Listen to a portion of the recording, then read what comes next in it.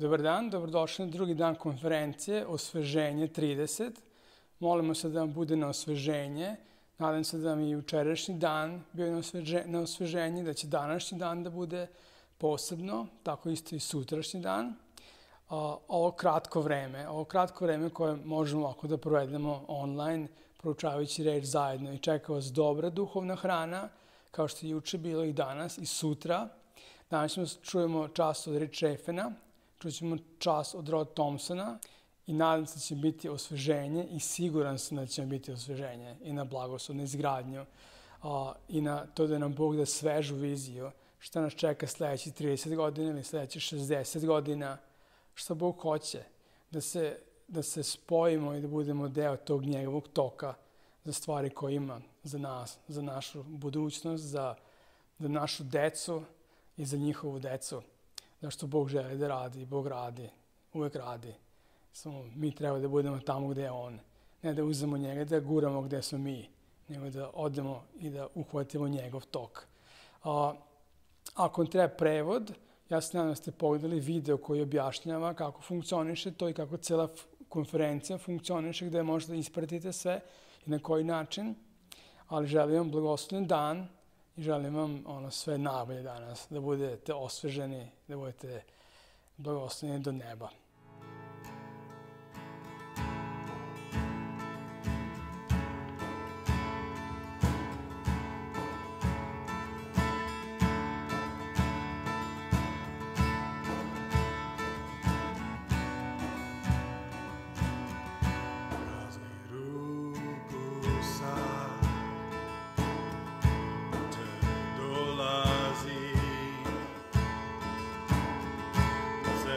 Život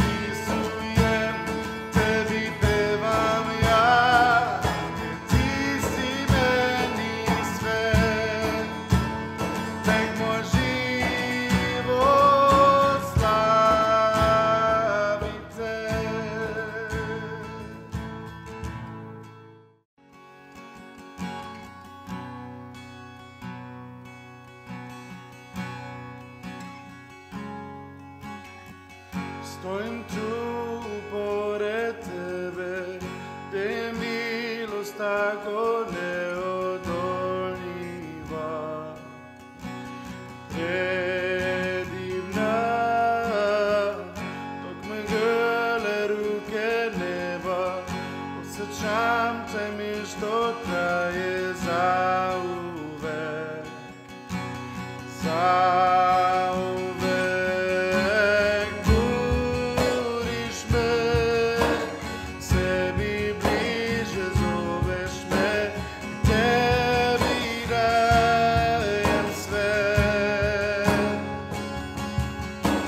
Svaki strah nestaje u tvojoj ljubavi. Tvojoj ljubavi.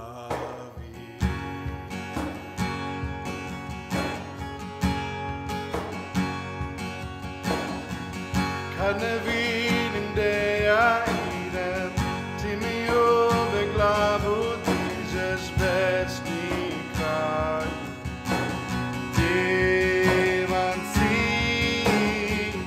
u tvom srcu imam zakon, tvoj me pogled proniče i podiže. Jer ljubiš me, buriš me, sebi bliže zoveš me, tebi dajem sve.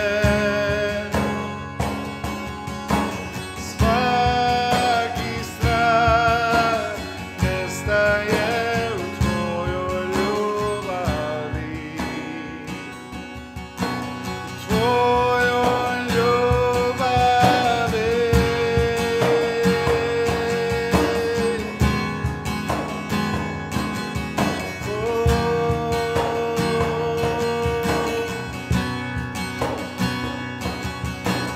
Tvoja ljubav kao okean, nikad ne prestaje, s tobom ja imam sve.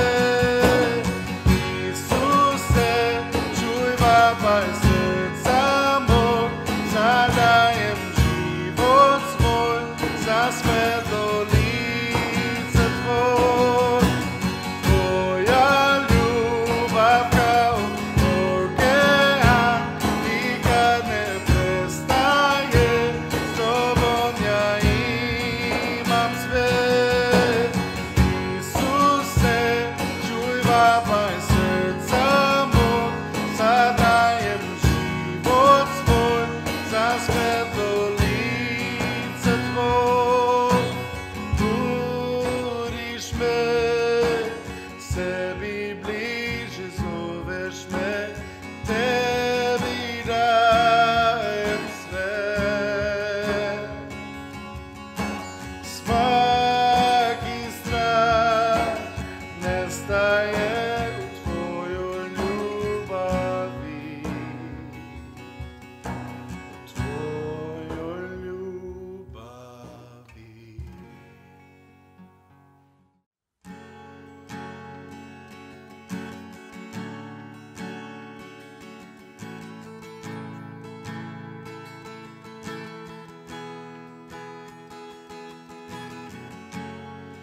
Kako volim biti tu, gdje prebiva tvoja slava.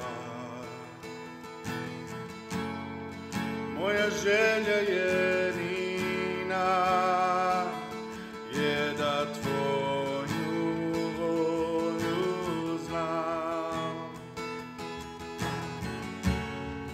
Danas znam da samo ti imaš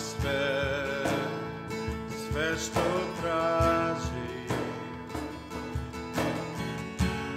Ti me voliš, Isuse, uvek pored mene si. U tebi, imam sve,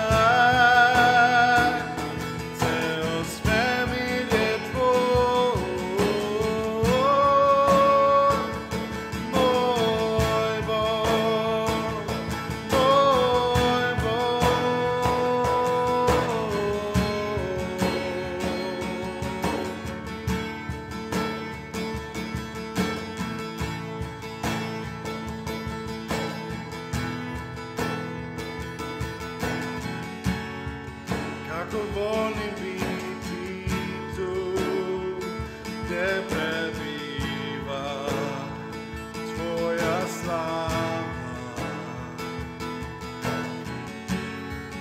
Moje želje jedina je da tvoju volju znam.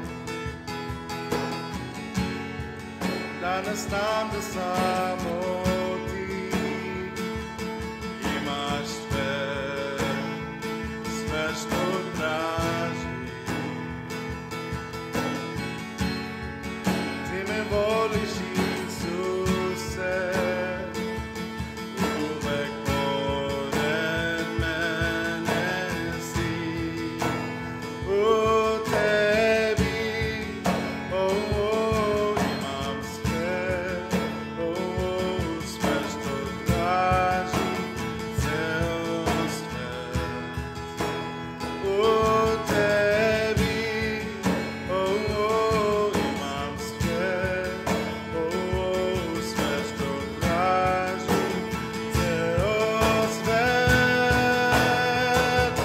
Ti si beskrajan Bog,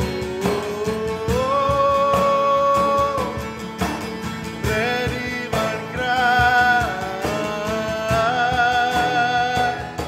ceo svemir je tvoj, moj Bog, moj Bog. Anđeli tvoji te slave, želim s njima sad podi svoj glas.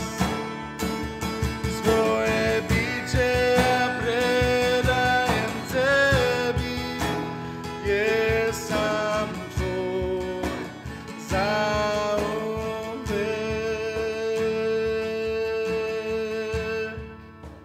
U tebi, imam sve, sve što traži ceo svet. U tebi, imam sve, sve što traži ceo svet. Ti si beskrajan Bog, predivan kraj, ceo svemir je tvoj, moj Bog, moj Bog.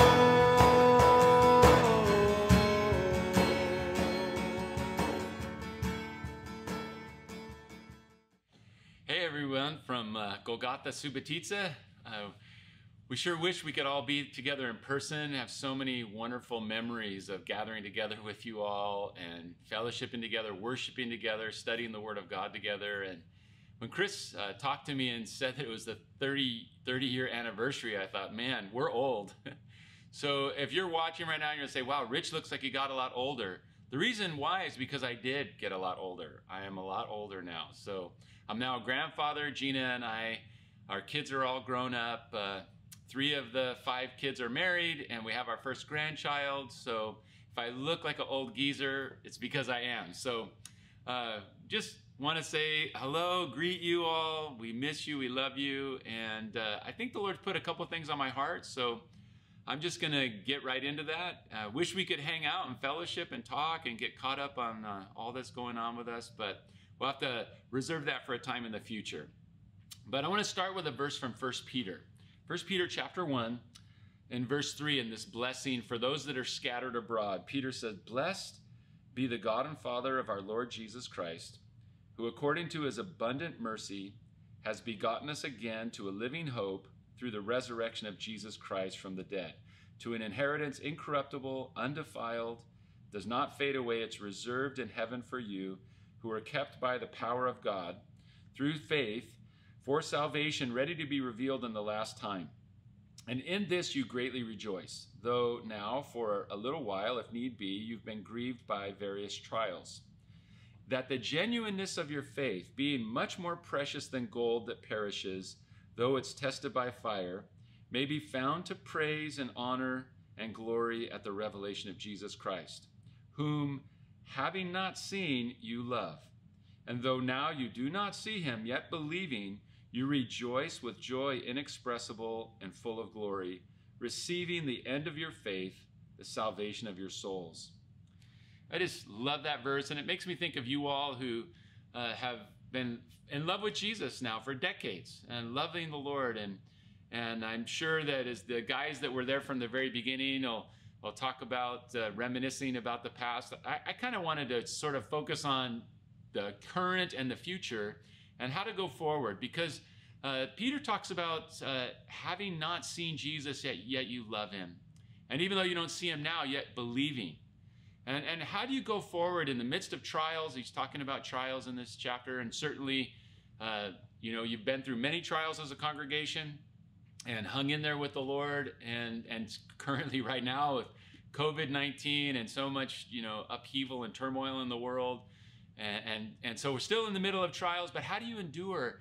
And I think Peter gets at something super important, something I know you all do very well, but let me just be a friendly reminder to you of the concept of looking at the invisible, seeing the invisible.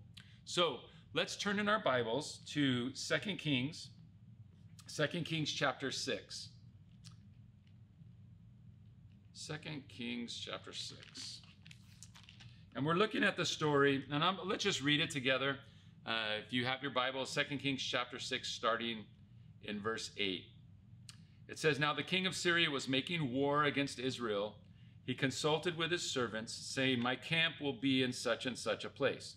The man of God sent to the king of Israel, saying, 'Beware that you do not pass this place, for the Syrians are coming down there.'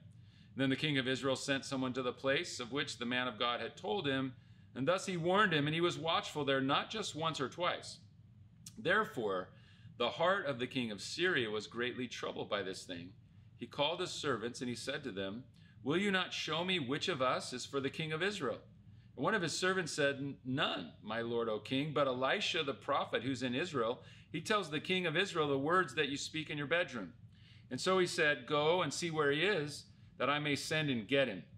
And it was told him, saying, 'Surely he's in Dothan.' And therefore he sent horses and chariots and a great army there, and they came by night, and they surrounded the city. And when the servant of the man of God arose early and went out, there was an army surrounding the city with horses and chariots. And his servant said to him, 'Alas, my master, what shall we do?' Verse 16, and he answered, 'Do not fear, for those who are with us are more than those who are with them.' And Elisha prayed, and he said, 'Lord, I pray, open his eyes that he may see.' Then the Lord opened the eyes of the young man, and he saw, and behold, the mountain was full of horses and chariots of fire all around Elisha. And so when the Syrians came down to him, Elisha prayed to the Lord, and he said, 'Strike this people, I pray, with blindness.' And he struck them with blindness, according to the word of Elijah. And Elisha said to them, 'This is not the way, nor is this the city. Follow me, I will bring you to the man whom you seek.' But he led them to Samaria. And so it was that when they came to Samaria, Elisha said, 'Lord, open the eyes of these men that they may see.' And the Lord opened their eyes, and they saw, and there they were inside Samaria. And now when the king of Israel saw them, he said to Elisha, 'My father, shall I kill them? Shall I kill them?' And he answered, 'You shall not kill them. Would you kill those whom you've taken captive with your sword and your bow? Set food and water before them, that they may eat and drink, and then go to their master.' And he prepared a great feast for them. And after they ate and drank, he sent them away, and they went to their master. And so the bands of Syrian raiders came no more into the land of Israel." Let's pray. Father, we thank you for this virtual gathering of those who've been part of this congregation. And thank you, Lord, for the work that you did there in the city so many years ago, and that you continued to do all the way till today, and that you will finish, Lord, the work that you started. That you, Jesus, are in control. You're so powerful. And in this story, and as Peter said, whom having not seen you love, Lord, we haven't seen you, but we love you. We want to have our eyes fixed on things above and our hearts aligned with you. And so as we consider this passage, speak to us, Lord, and help us to take seriously what your word says. God, give us insight and encouragement as we think about this subject, and we pray it in Jesus' name. Amen. Well, I have always loved this story because things were looking really bad. And a lot of times in my life, sometimes things are looking bad. And I guess it depends. Maybe you're a very optimistic person and you think things are always good. And maybe some of you are very pessimistic. You think everything is bad. I probably am more on the pessimistic side. So things are looking bad. But it's important for me to remember that I may not be seeing everything. Things are looking bad. Verse 15 tells us that the servant went outside early in the morning, and what he saw was the village that they were in, the city that they were in, was surrounded by chariots. A whole army had come to their town.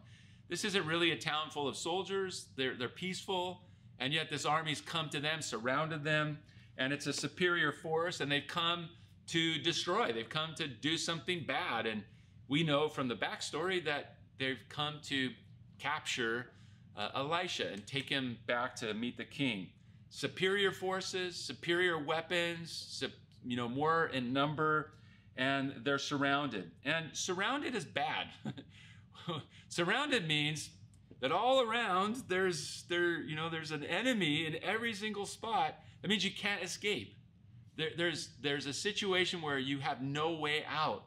And these are the kind of situations that make us really discouraged. When we try to think, well, at least there's a gap, right? They've got the north side covered, but maybe we can escape out of the south. But when you're surrounded, it means you can look in any direction that you want. There's nowhere to turn. We have that as a phrase in English, nowhere to turn, no way out. I'm sure you have something in Serbian that matches that, is that you're trapped, right? They've got you trapped. And they were caught unawares. So this happened in the night. This isn't something that God warned them about. We don't have anything in the text that says God told them ahead of time. And so this guy walks out and he sees it, and it's a frightening experience because immediately seeing the army, no way out, nowhere to turn, and he was surprised, right? It caught him off guard. And so when you're surrounded with no way out and it catches you by surprise, then you become terrified. You become frightened. And you can really, that fear turns into hopelessness. Now, currently, right now, we're celebrating, 30 years of the church's existence, but currently we're experiencing something that nobody at the beginning of the year thought would happen. That there would be quarantines that would happen all around the world at the same time, that there would be this virus and pandemic that spread around the globe. People aren't traveling, borders are closed, schools are canceled, all this stuff is happening, and these kind of things can create, like for this servant and for us, it causes us to become afraid and hopeless. And we would just say, yeah, that's right. This guy should be afraid and hopeless because they don't have any weapons. They're not soldiers. They're not living in a place that was ready for something like this. And the reason, I love this story because we can compare and contrast in just a short reading, right? Just several verses. And we can say, well, what is his problem? And we can diagnose it right away because when Elisha prays for him, what does Elisha pray? He says, open his eyes. So he's afraid and hopeless because he can't see. That's what he's missing. He doesn't have vision. He can't see what the Lord's doing. And this is really important for us when we think about how are we going to go forward. We're thankful for what God's done in the past. What's God doing right now, and how do we go forward? We have to be able to see. We have to have the proper perspective. I want to read a couple verses. First, if you'll turn to Psalm 46. Psalm 46. Try to get a bunch of Bible verses if we can in our study. Psalm 46 says, God is our refuge and strength, a very present help in trouble. Therefore we will not fear, even though the earth be removed, and though the mountains be carried into the midst of the sea, though its waters roar and are troubled, though the mountains shake with its swelling. There is a river whose streams will make glad the city of God, the holy place of the tabernacle of the Most High. God is in the midst of her. She shall not be moved. God shall help her just at the break of dawn. The nations raged, the kingdoms were moved. He uttered his voice, and the earth melted. The Lord of hosts is with us. The God of Jacob is our refuge. Come, behold the works of the Lord, who has made desolations in the earth. He makes wars cease to the end of the earth. He breaks the bow. He cuts the spear in two. He burns the chariot in the fire. Be still and know that I'm God. I will be exalted among the nations. I will be exalted in the earth. The Lord of hosts is with us. The God of Jacob is our refuge. What a great psalm. The nations raging, the kingdoms are moved, but then God utters his voice and the earth melts. You know, who has the final say? Whose perspective is really the one that matters? I mean, we're currently dealing with a lot of differing opinions about the disease, the coronavirus, and you know, some country has this policy, another country has that policy. In our country, in the U.S., we have 50 states, and so all 50 states have kind of a different policy, and then we have a united policy from the federal government. I mean, it's crazy, right? But listen, you know who understands perfectly? God. God understands it. He's not moved. He's not freaked out. He's not confused by what's happening. And I've always loved Psalm 46 because of the perspective that you get from the Lord, especially verse 10. God speaks in the psalm as the praise goes up of all that God is and God's done. And then God speaks and God says, be still and know that I'm God. Could I just encourage you in this moment as you're excited about what God's done? Maybe it brings up some hard memories, some of the difficulties that you've experienced in your walk with the Lord, or maybe even as a church, you know, people that have fallen away, difficulties that have happened. Maybe in some ways it's a little bittersweet. You know, the word of God is always the same, whether things are good or things are bad. Paul says, I know how to abound and I know how to be abased. I can do all things through Christ who strengthens me. And so God would just say to you, I think today, be still and know that I'm God. Even as we think about all that God has done and how God's used Golgotha, you know, sending out, you know, translators and missionaries and had such an impact, you know, all around Hungary and Croatia, Serbia, all these different places that you guys have had an impact. And God would just say, hey, just be still and know that I'm God. I'll be exalted. I'm God. And we need to remember that. We need to be still. And I think in our story we're looking at where the servant goes out, man, he's not still. He's freaking out. He's totally afraid. There's another passage in 2 Chronicles chapter 32. 2 Chronicles chapter 32 verses 7 and 8. It says, be strong and courageous. Do not be afraid nor dismayed before the king of Assyria, nor before all the multitude that's with him, for there is more with us than with him. With him is an arm of flesh, but with us is the Lord our God to help us and to fight our battles. And so the people were strengthened by the words of Hezekiah, the king of Judah. Similar situation, probably some different, you know, external circumstances, but it's the same message. With us is the arm of the Lord. With them is the arm of the flesh. So you can look at it a certain way and say, man, we don't have this, we don't have that, or this thing is so bad, or I'm so confused. But then, you know, we have to see it from a different perspective. We have to be still. We have to quiet down the noise, push down the volume and say, wait, I'm going to turn off all of these channels and not go look at the social media or all this stuff that creates so much chaos. Like, okay, what's the Lord doing? With them is the arm of the flesh, but with us is the Lord.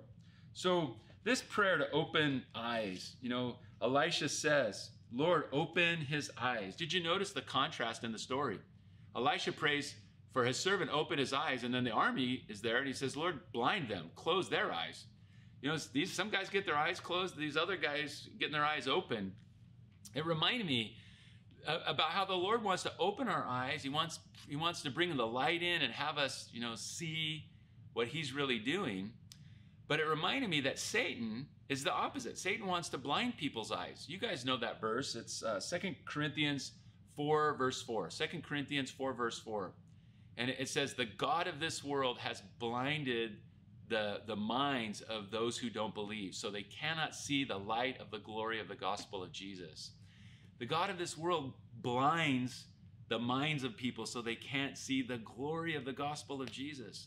I mean, Satan wants to obscure the light. He wants to drown it out. He wants to quiet it. He wants to just put a wall up and make it so that you won't ever see the glory of Jesus. But think of God. God wants to open eyes. God wants to open people's eyes. Remember when Paul's telling his testimony of the calling that was on his life? And in Acts, I think it's Acts chapter 26, verses 16 to 18.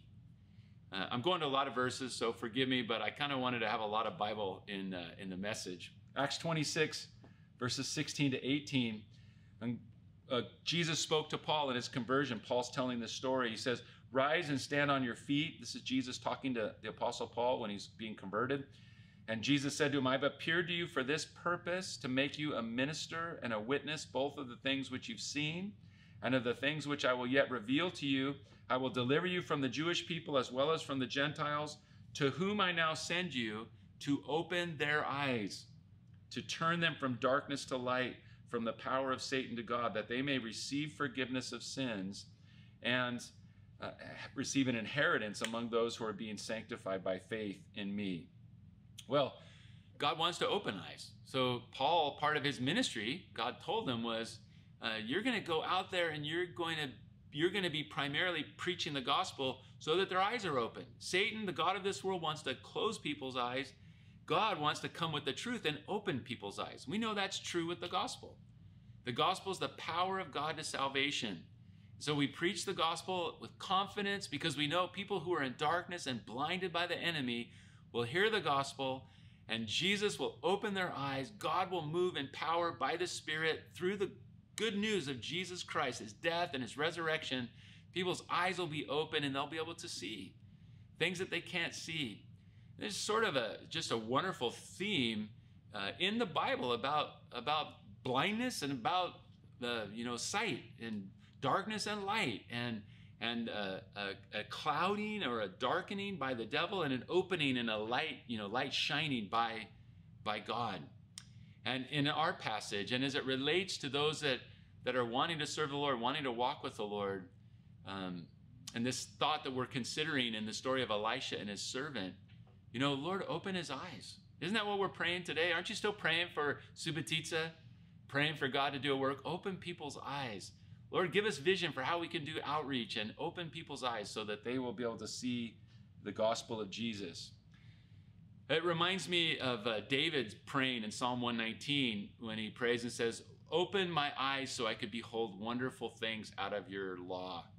Open my eyes so I can see the word of God. Open my eyes so that I can understand your truth.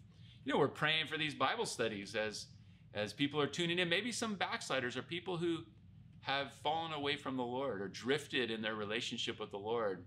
They'll see the news. Oh, we're having a virtual gathering, and here's Mike Harris and Greg Opine and Rod Thompson. Oh, I remember those guys. And maybe someone will tune in and listen to one of those messages from someone that touched their life many years ago, and maybe their eyes will open, right? Like they've drifted away and sin has hardened their heart. And we're praying, right? We're praying for God to touch people and to remind them, don't you remember when you were in love with Jesus? Look at your life now. Look at your life when you were in love with Jesus. What happened? Come back. The prodigal son came back. God received him. You come back. Come back to Jesus. Open their eyes. When we go to the word, Lord, open my eyes. I want to hear from you. And we just want this work of God. Let's look back at our passage. Second Kings chapter 6. This servant, he doesn't see it all, and he says, what are we going to do? Verse 15. What are we going to do? When our eyes are not open, we don't know what to do. And could I just be really honest? Unless God opens our eyes, we don't know what to do. Okay? And probably rather than freak out, we should just wait on the Lord and be still and know that he's God and seek him until he does open our eyes, so that we're not saying a bunch of stuff or making decisions when we don't have enough light. It's better to just wait. We have to wait on the Lord. Those that wait on the Lord renew their strength. And this guy doesn't have any idea what to do, but once his eyes are open, it totally changes everything. And it's the same for us. And maybe you're going through something right now and and it's very reasonable. Listen, what this guy's going through is reasonable. So I don't want to make light of or say that what you're going through isn't hard. So especially if you're suffering, please don't misunderstand what I'm saying.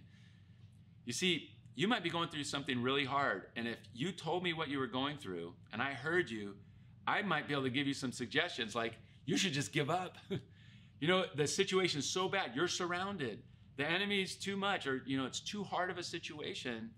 You should just give up. But I would be wrong, right? I'd be wrong because I don't really see what God sees. I don't really see it from God's perspective. And so it's so important for us in times of chaos or difficulty. And obviously I know you guys know this. So I'm not trying to say this like you don't know this. I'm just reminding you. I'm reminding myself, actually.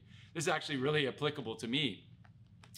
But I'm reminding you, I'm reminding me of something that we know, that we put into practice, which is, let's wait on the Lord. Let's be still and know that God is God. Let's ask God to open our eyes to what he's really doing. Because you know what? I know the devil's working through this. I know that secular governments are using this to push their agendas forward. There's a lot of things happening. But you know what I want to know? And really, this is the only thing I want to know, is what is God doing right now? What's God doing right now for me, for my life? How does he want to use me? And for you, let me just remind you, you have a wonderful history of seeking the Lord. What does God want to do? How does God want to use us? What is God doing in our midst? How do we find what God wants to do? Let's do that. Let's do that, because this guy says, what are we going to do? And then the answer comes, Lord, open his eyes, verse 17, so that he can see. Well, then, of course, the Lord opened his eyes, and he could see that the mountain was full of horses and chariots of fire. Okay, so what we saw first was an army, chariots, soldiers, and the weapons that they used at that time period. So the weapons that they had, they were in the Bronze Age, we say, and that means that they had sticks, and on the top of the stick and tied to the stick or fastened to the stick, they had some sharpened piece of metal. They also had some kind of piece of metal that was sharpened, that had some kind of handle. And so they were using rudimentary weapons.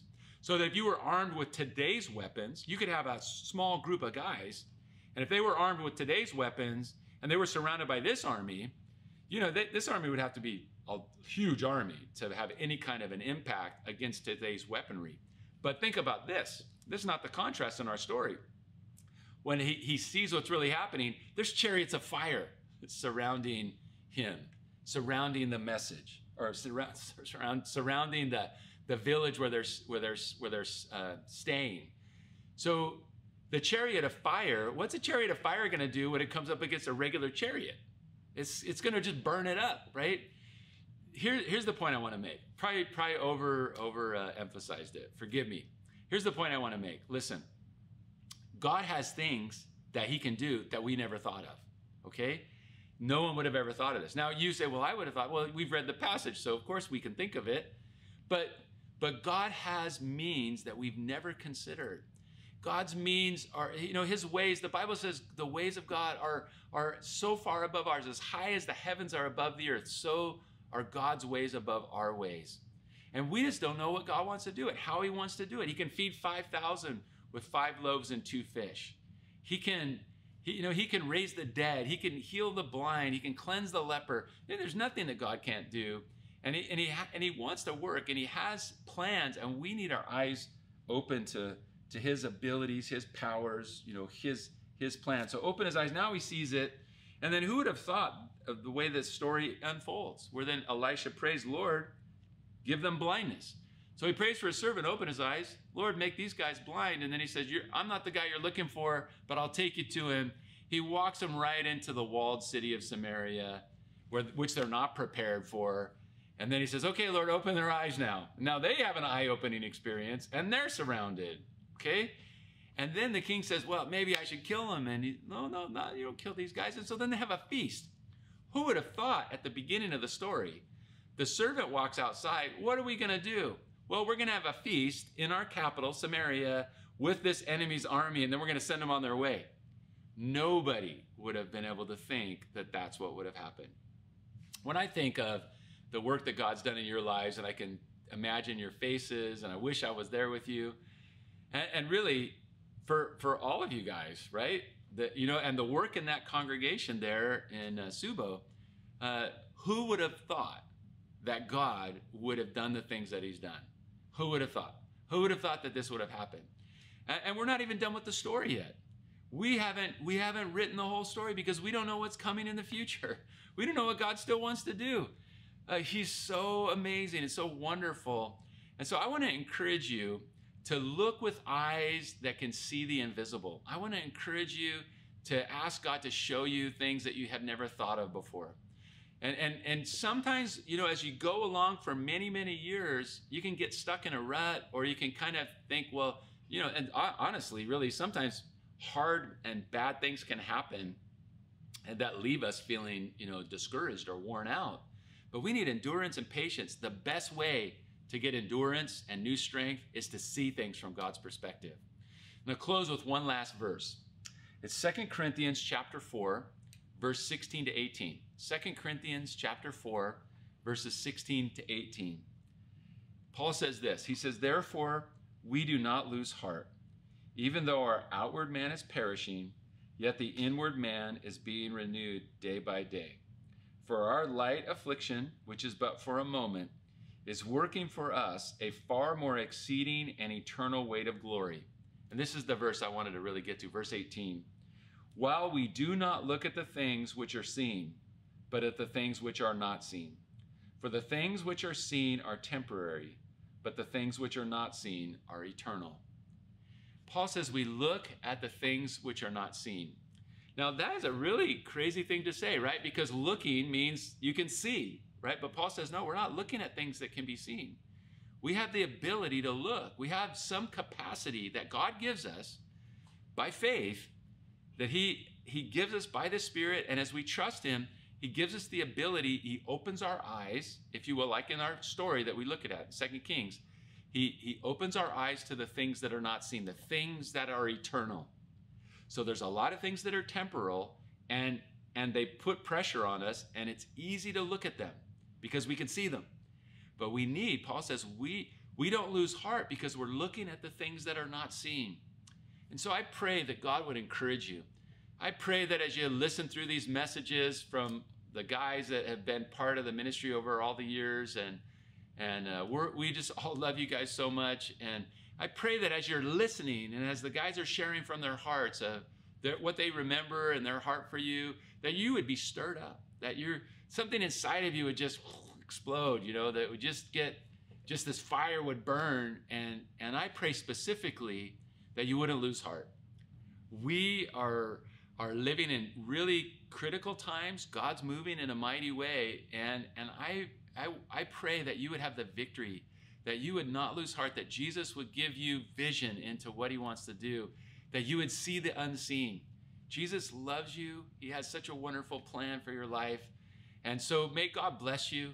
As you consider his word, may he give you the ability to see and conceive and to perceive or understand something in a new and a different way. Because, you know, your story, it's not over yet. And you might have made a huge mistake. Maybe you failed miserably. Listen, the grace of God is enough to cover all of your sin. Where sin abounds, the Bible says grace superabounds. Just get right with the Lord. Walk with him and say, Lord, what do you want to do? Because he has a great plan. So may the Lord bless you. May he keep you, and may he make his face shine upon you. We love you. We miss you here from California. We hope that hopefully someday soon we'll be able to make a trip back and visit you all, see you face to face. I sure love you, and thank you. Thankful for the opportunity. Thank you for those of you that listened this far, and we'll see you soon. God bless you.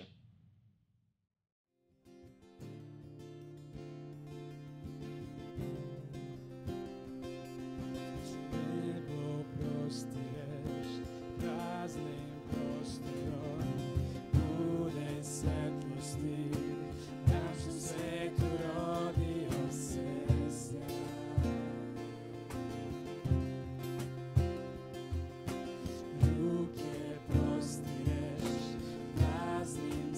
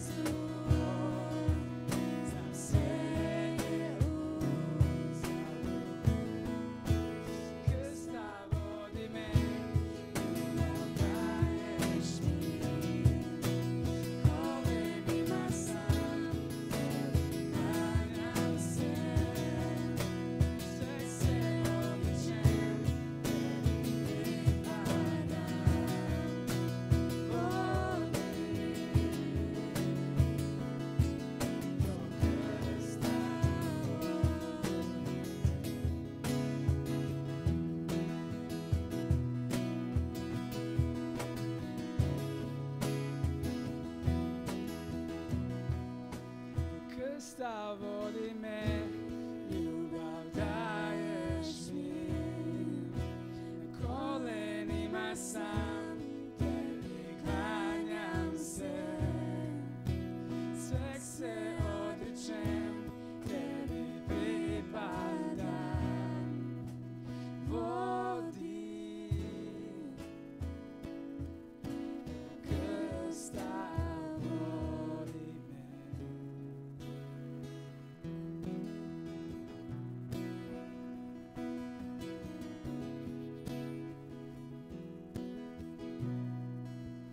Krsta vodi me, ljubav daješ mi. Na kolenima sam, tebi klanjam.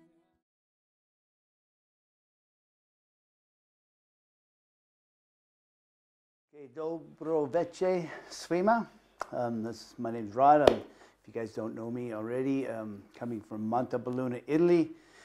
It's sad that we weren't able to do the conference this year, the Serbian Pastors and Leaders Conference, invite to Hungary, but Pastor Kris had a great idea to do a 30-year celebration. I can't believe it's been 30 years since, Brian Broderson brought Calvary Chapel to Serbia, and then sent Mike Harris over. And then after Mike left, then I came in there and spent some time. And then now Kris pastors Subota and all of the churches in different places. God's blessing. And so I would like to start by sharing just one verse out of 1 Corinthians chapter 13, verse 13, where Paul writes, "But now faith, hope, love, abide these three, but the greatest of these is love." And so I'm going to like to pray to start with. So Lord, we pray that you would bless your word. We pray that your word would minister to people's hearts as we celebrate the Calvary Chapel being 30 years in Serbia. We pray that the gospel would continue to go out. Lord, that you would empower your servants, your people in Serbia to be a witness for you. And there will be a harvest of souls, Lord. So we commit this time into your hands in Jesus' name. Amen. So abide these three. The word abide means kind of to endure or to last. And so this is in context to what the Apostle Paul is talking about in chapters 12 through 14. He's talking about the gifts of the Spirit. And at the end of chapter 13, he's contrasting the gifts being temporal with faith, hope, and love being lasting or eternal. In verses 8 through 12, love never fails. But if there are gifts of prophecy, they will be done away. If there are tongues, they will cease. If there is knowledge, it will be done away. For we know in part, and we prophesy in part. But when that perfect comes, the partial will be done away with. Then he says, when I was a child, I used to speak as a child, think like a child, reason like a child. But when I became a man, I did away with childish things. For now we see in a mirror dimly, but then face to face. Now I know in part, but then I will know fully, as I have also been fully known. And then he uses this word, but. So these things are temporal. The gifts of the Spirit are temporal. The gifts of the Spirit are needed for the function of the church to operate in the fullest and to accomplish what God desires through the church. We need every single gift. But those are temporal. When Jesus comes for his church, or when we are raptured up to heaven and the church leaves, we won't need the gifts of the Spirit anymore. Therefore, this temporal church, the church age. But these three, faith, hope, and love, Paul says, in contrast to the temporal, these things will remain. And so, if they're going to last into eternity, I think that they must be very important. And so, I would like to kind of go over these three: faith, hope, and love. A secular definition of the word faith is to put allegiance to duty or a person. And so in this, it has the idea of faithfulness. So that's kind of built in with the Greek word as well. And then another secular definition is belief and trust and loyalty to God. Complete trust is the last one. And so the Greek definition of this word is conviction of the truth of anything, or belief. And with the predominant idea of trust or confidence, whether in God or in Christ, springing from faith in the same. Springing from faith in God or in Christ. And then, if you remember, Paul ministering to the Philippian jailer. He was ready to kill himself as the earthquake happened, and he thought all the prisoners escaped. And Paul said, don't kill yourself. And he went on to preach the gospel. And the jailer said, what must I do to be saved? And he said, well, if you believe on the Lord Jesus, you shall be saved, and your whole house. And so he exhorts him, this is what one commentator says, he exhorts him to consider the Lord Jesus worthy of trust as to his character and motives. He exhorts him to place his confidence in his ability to do just as he says he will do. He exhorts him to entrust the salvation of his soul into the hands of the Lord Jesus. He exhorts him to commit the work of saving his soul to the care of the Lord. That means a definite taking of oneself out of one's own keeping. You get that?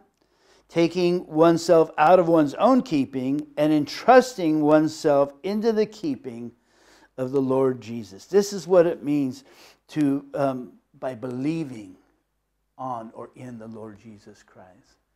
And I think the simple illustration is that of sitting in a chair.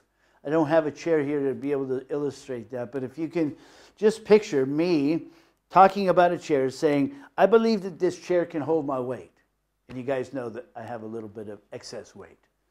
But I'm confident. I can say I'm confident in that chair. I know that it will hold my weight. And many Christians or many people are like that. They talk about the chair. They say, I put my faith in Christ. I put my faith that this chair can hold my weight. But they never sit in the chair to prove that they have complete confidence that chair can hold their weight. Some people may sit down in there in the chair and kind of be ready, just in case the chair doesn't hold their weight, that they can get up real quick. And some people in Christianity are like that, where they give it a shot. They sit kind of in the chair, but they're always ready, just in case something doesn't work out, that they can get up and move on. But that's not the faith that Paul is talking about here. The faith that Paul is talking about is to have complete confidence that the chair can hold your complete weight, and you prove that by sitting in the chair and even lifting your feet off completely and resting in with that confidence that that chair is going to hold you up. That also is a good illustration of what it's like when you put your faith in Christ. You put everything into His hands, and then you rest. You have peace. We're saved by this faith. Paul writes to the Ephesians in chapter 2, verse 8, "For by grace you have been saved through faith." So we're saved by putting our complete confidence in the ability of Jesus to save our soul. We are saved. We receive this salvation by the grace of God through the arms of faith. We walk by this same faith. Paul writes to the Corinthians in 2 Corinthians 5:7, For we walk by faith, not by sight. We also live by this same faith. He writes to the Galatians, and this is a famous verse, a verse that is very familiar, in chapter 2, verse 20. He says, I have been crucified with Christ, and it is no longer I who live, but Christ lives in me. And the life which I now live in the flesh, I live by faith in the Son of God, who loved me and gave himself for me.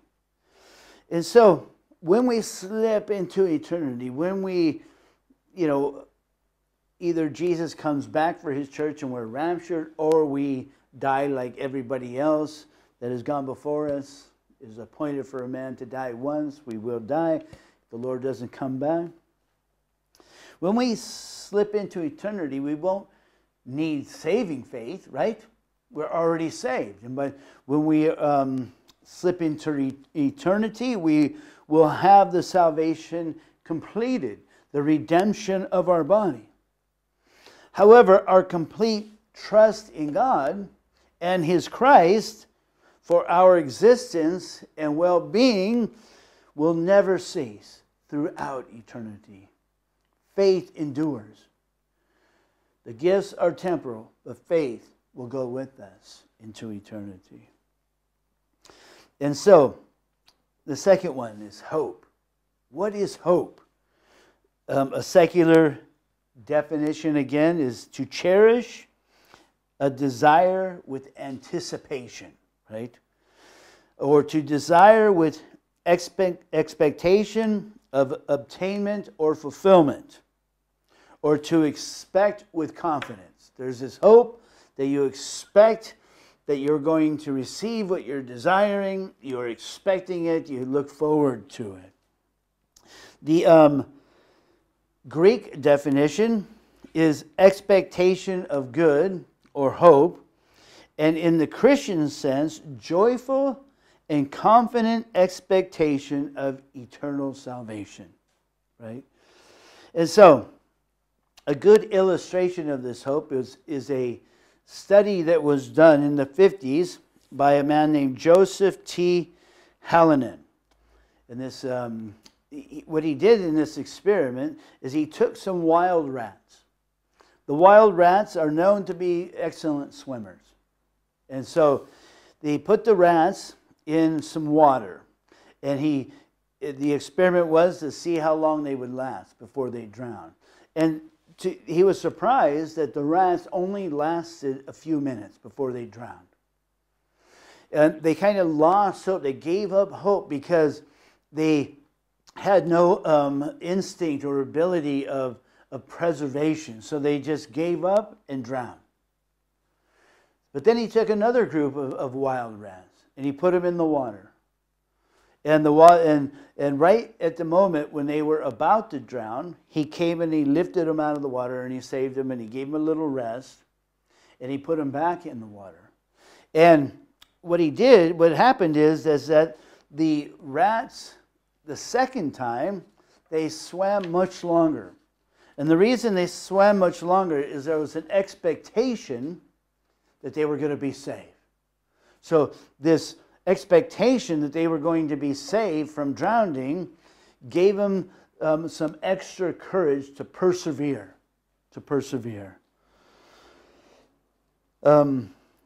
This is what he wrote at the end. After elimination of hopelessness, the rats do not die. They pressed on. Now, when you think about hope, there's a couple of different kinds of hope, right? For example, I hope to lose weight. And you've known me for a long time, and I probably have hoped to lose weight for the last 25 years. And sometimes I lose weight, but then sometimes I gain it, and I go back and forth. But so this hope to lose weight, it may be fulfilled and it may not be fulfilled. I hope to, but it may not happen.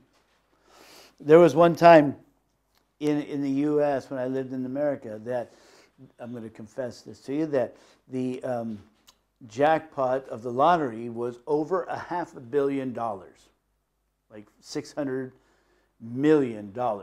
And so I bought a ticket. And I hoped that I would win the $600 million. I expected to win because if I won, then I would use the money, of course, for good and for building the kingdom of God. But I didn't. I didn't win. See, our Christian hope is not like that. Our Christian hope isn't just a hope like maybe this can happen. Maybe I'm expecting to, but it may not happen, it may happen.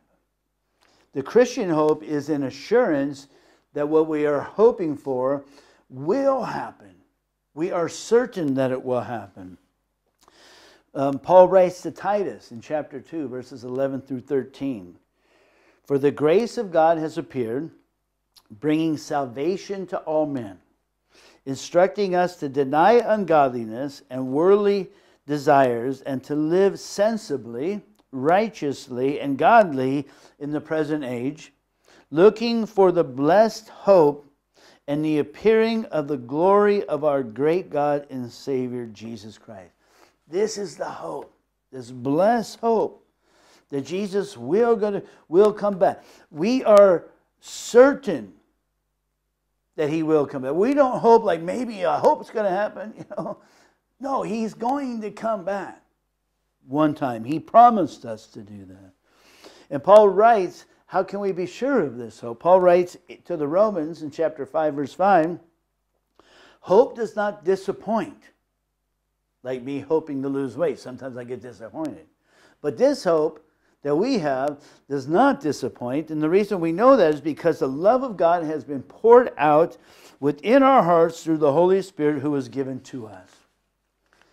Because the Holy Spirit has been given to us and he poured his love out into our hearts, we know that we are going to receive the hope, the blessed hope of Jesus returning, or we dying and being raised from the dead and go to be with him for eternity, one way or the other.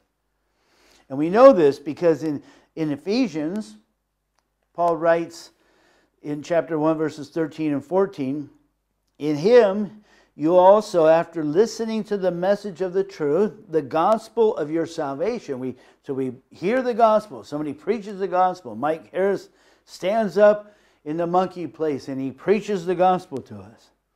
And then we put our faith in having also believed, listen to this, you were sealed in him with the Holy Spirit of promise. So the Spirit of God has come into your life as you put your faith in Christ. You're born again. You're sealed. You're his property. He now dwells inside of you. And it says in verse 14, who is given as a pledge, or a down payment, if you will, of our inheritance, with a view to the redemption of God's own possession. You're God's possession. You're sealed. You're his. And he's given you his Holy Spirit as a down payment, so that we know for certain that he will come back for us to the praise of his glory. Our blessed hope isn't something that may happen. It is something that will happen. And because we have that hope, we press on. 1 Thessalonians chapter 1, verse 3, Paul writes, bearing in mind your work of faith, your labor of love, and steadfastness of hope in our Lord Jesus Christ in the presence of God and our God and Father. So the idea of this hope gives us the ability to press on, to be like a little rat. We keep swimming with the expectation that we will be saved. We can press on. This hope will remain as we slip into eternity as well. Not the hope of Jesus returning, but our hope in God. Our expectation will never cease. There is so much. We serve an infinite God. And for eternity, our hope will be in him to fulfill us, sustain us, to satisfy us. We'll learn more and more. And all of this hope that we have in in God throughout eternity, He will never disappoint us. He will always fulfill us. And then love. The final one, the third one, love. A secular definition of the word love: strong affection for another arising out of kinship or personal ties. In English, we have one word to describe all these. We use love in different ways. The Greeks didn't do that. For family kind of love, like this one, there was a word called storge. And that described the love of family, the instinctive love, if you will. And then the second one is attraction based on sexual desire. I love you. We use that. We use the same word to describe that. And the Greeks had another word, eros, to describe this sexual love. And then affection based on admiration, benevolence, or common interest. And the Greeks had a word to describe this. We say, I love you. We love our brothers. We love our friends. I say, I love you, But the Greeks use a word to describe this love as phileo, this friendship, kind of reciprocating love. And then the fourth one is unselfish, loyal, and benevolent concern for the good of another. And that is the kind of the definition that maybe describes this last word of agape. Again, the Greek definition is to love, to be full of good. This is the definition of agape. To be full of goodwill and exhibit the same. So you have goodwill for somebody, and not only do you have this, but you show it. It's the idea. And it's used of the benevolence of God in providing salvation for men. He loved us. So He exhibited that love. He showed that love by saving us. He has exhibited by sending His Son to them and giving Him up to death. And it's used of the love which led Christ in procuring human salvation to undergo sufferings and death. So again, Christ loved us, and He exhibited that love by submitting to suffering and ultimately death. So the New Testament writers, under the inspiration of the Holy Spirit, took this word agape and really infused it with the Christian definition of God's love. The word agape in classical Greek wasn't used. It was used some, but it wasn't as common as the use of the other three Greek words for love. And so the Christians, they took this word under the writers of the New Testament, and they took this word and they used it to describe this incredible love that God has. And they gave it the definition. Actually, in the beginning of chapter 13 or in chapter 13 is a real definition of agape. And the reason is because, of course, they couldn't use eros, the sexual love. That wouldn't work, would it? And they couldn't use storge, because storge is a family love, but the love of God extends way beyond the family. And it couldn't just be phileo, which was better, because you can phileo your family and you can phileo your friends and everybody. But love, the love of God goes beyond that as well. That would have been limited in scope. Let me read to you this one definition. The great reason why Christian thought fastened on agape is that agape demands the exercise of the whole man. Christian love must not extend to our nearest and dearest, our kith and kin, our friends, and those who love us. Christian love must extend to the Christian fellowship, to the neighbor, to the enemy, and to all the world. You see, this love is not something that humans can have in and of themselves. We talk about falling in love. When I saw Zhuzha, of course I did the Tarzan call, you know. There was this love. But there was no achievement in that for me, right? Something that happened to me. When we have family, you know, we love our family. It's not like an achievement to love your family. It's an instinct. It's unnatural not to love your family. And your friends, you know, there's a reciprocating thing. And it's natural. We don't really, it's not an achievement. But to love with agape is an achievement. It's not emotion that rises up in our hearts. It's taking command of our mind and our will and exercising and showing this love beyond anything that maybe I'm feeling or experiencing humanly. It's a supernatural thing, God's love working through us to demonstrate Him to other people. That's why Jesus said, you know,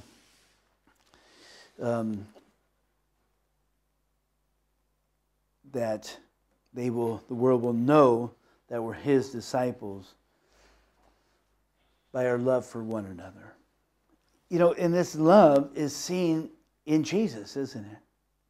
1 John 3:16, we know love. This is how we know love. This is how we know agape.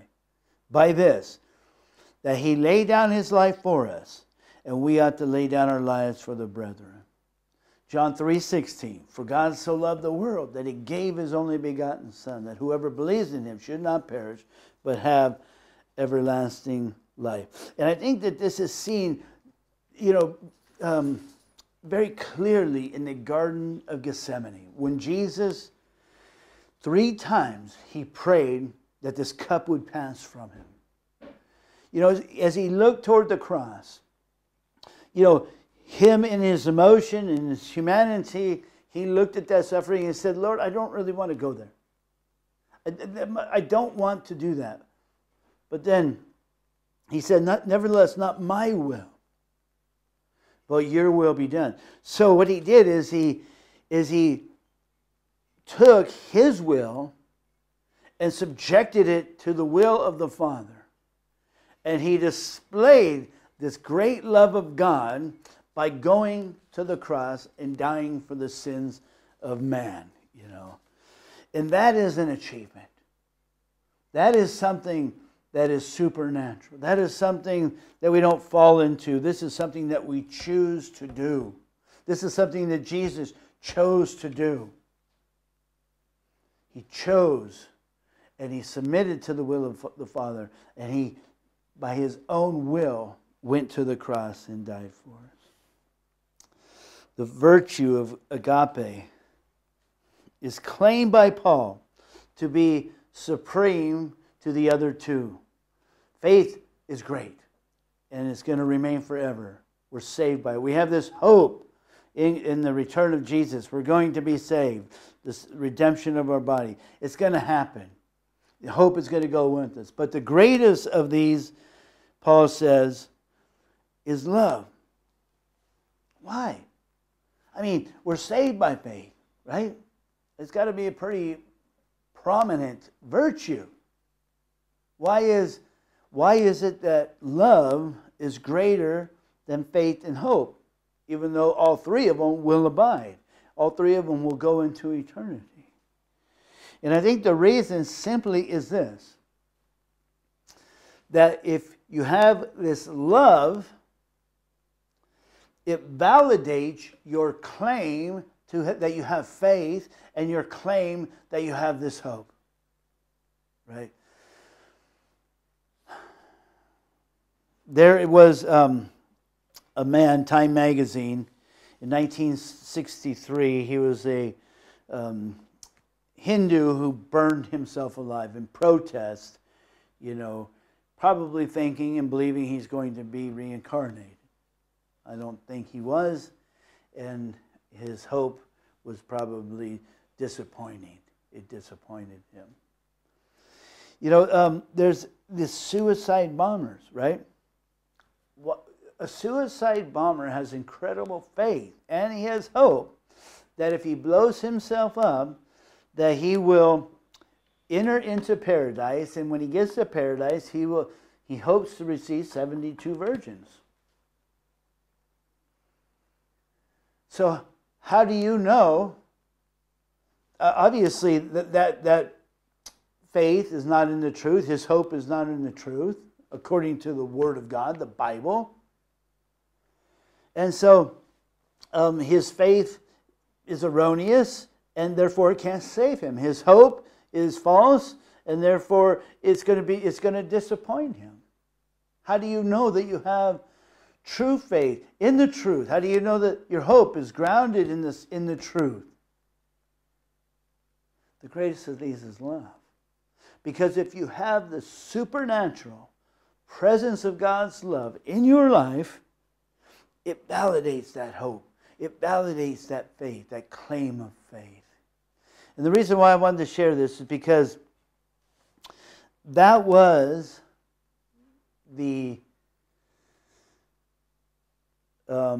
initiating experience of Calvary Chapel coming to Serbia.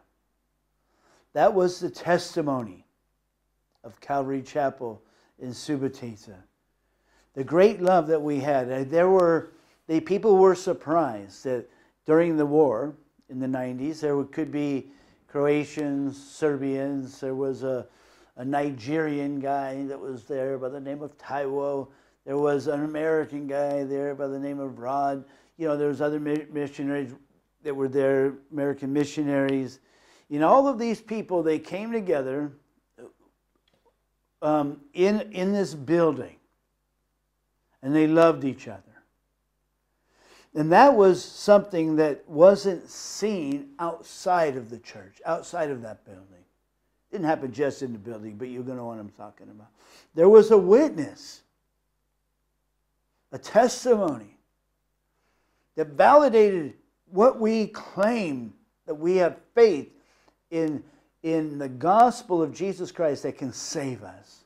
That we had a hope that Jesus was going to return and he was going to come back for his church, or the hope that if we died, nevertheless we will be raised from the dead. And then we had this love. That was a testimony, a supernatural experience of God's love. That was a testimony.